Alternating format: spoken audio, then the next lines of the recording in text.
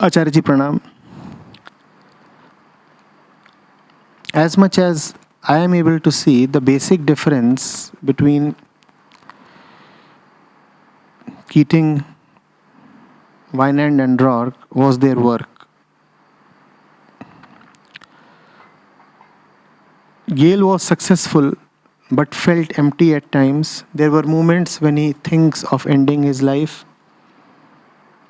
Peter's career started going downhill post his divorce with Dominique, and he was not even trying to rescue it. Rourke kept working on projects, big or small, he kept going. Even took up the Cortland project because he found the problem exciting, though it would give him no money in return. At one place, he exclaims, "The meaning of your life is your work, the material the earth offers you, and what you make of it." My question is about this work that Rourke is mentioning. As a normal person, the work that I might think to be my calling might be influenced by so many external factors and years of conditioning. How to figure out the meaning of life in one's work and see what Rourke is pointing at. I have already addressed this Himalaya when I replied to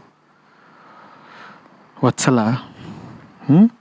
Go back to the discussion on the two ways, the way of comparison and the way of freedom.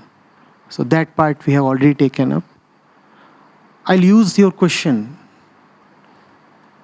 to highlight something else. The basic difference between Peter, Keating, Gale, and Rourke is not work. Work is a difference, but not the most basic one. The most basic difference between these three is their understanding of life.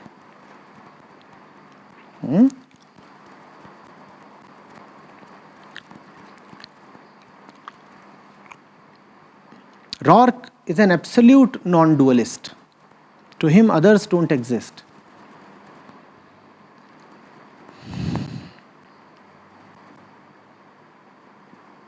He will not allow himself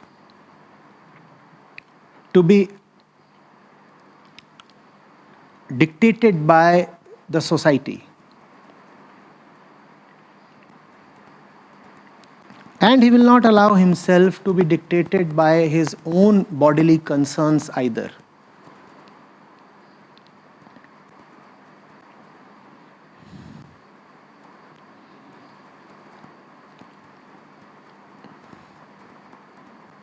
There are so many times he goes without food.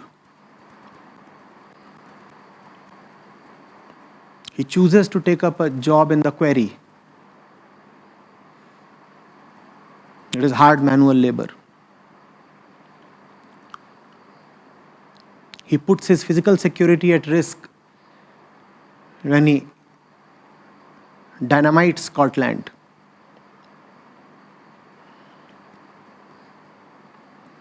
Dominique is very dear to him, and they have a sexual relationship as well. But that does not make him stick to her. When it comes to a higher principle, he is very ready to let her go.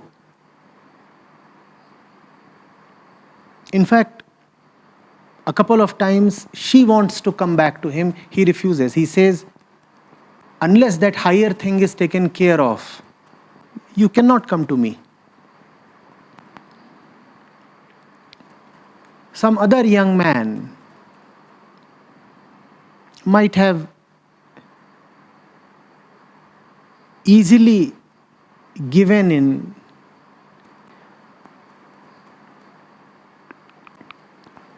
to bodily persuasions. Rourke does not even see Dominique for many years in between.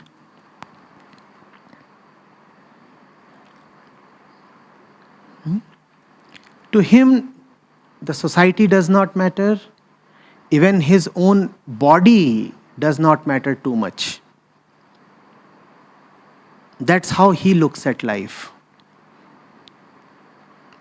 Roark has been presented by Ayn Rand as an example of pure ego.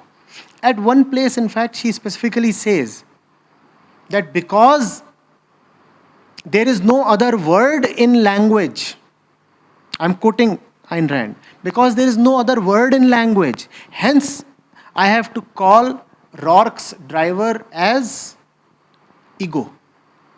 She says, I cannot say that Roark is egoless because egolessness is a word now associated with the types of Keating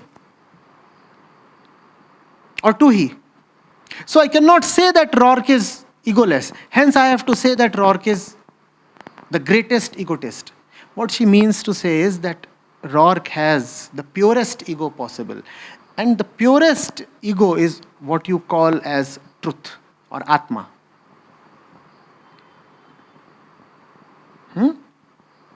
That's how Roark lives.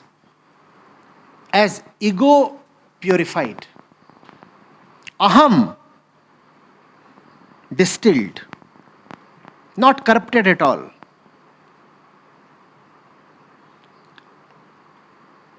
Then there are these people, Wynand, Toohey, Keating, also Dominic, and the various other miscellaneous characters that are sprinkled in the storyline.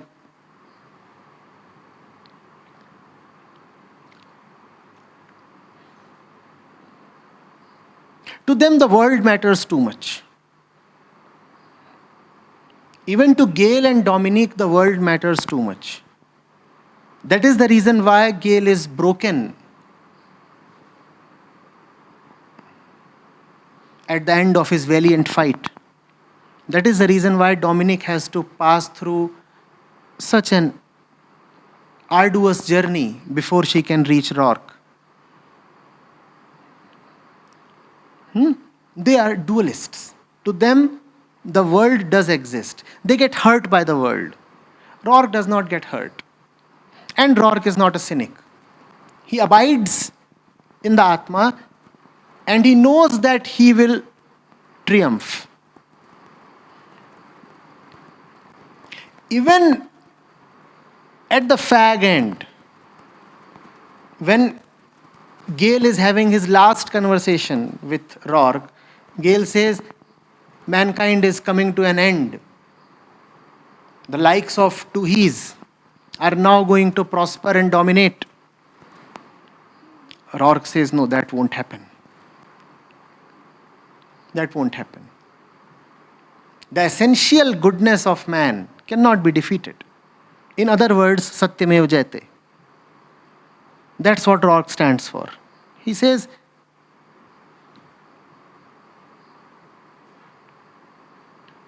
what comes may come. I'm not deterred. I know who I am. I know what I'm doing. I'll pass through everything. I don't even intend to fight. I just intend to build.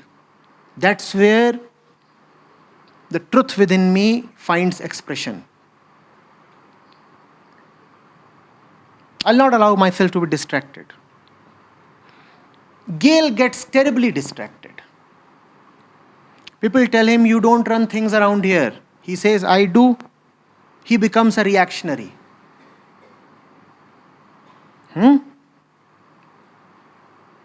Hell's Kitchen raised him and brutalized him and offended him.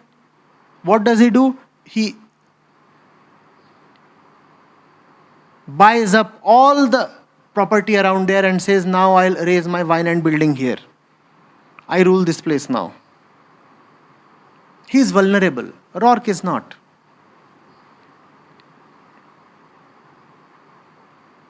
Similarly, Dominic. And when you are vulnerable, please remember it is some kind of cynicism. You are saying the world is actually a mean place. That's where Dominic and Gail Wynand so completely agree. Both of them say, yes, the world is a mean place. Truth and integrity really do not exist except in stories and concepts. Roark says, no, that's not that way. One can actually lead a truthful life. Roark, in that sense, is life positive. He says, one can actually lead a truthful life, and I am leading it. I am leading it, come what may. Dominique is not hopeful. She says, no, the world is no place for excellence, for integrity. She has given up. Gail too has given up. They both have succumbed. When you let the world become too important for yourself, that is what will happen. You will surrender to the world. Just as Gail Wynand has to surrender to the pressures exerted upon him in the board meeting. If you will bother so much about the world will become your God. You will have to surrender to it.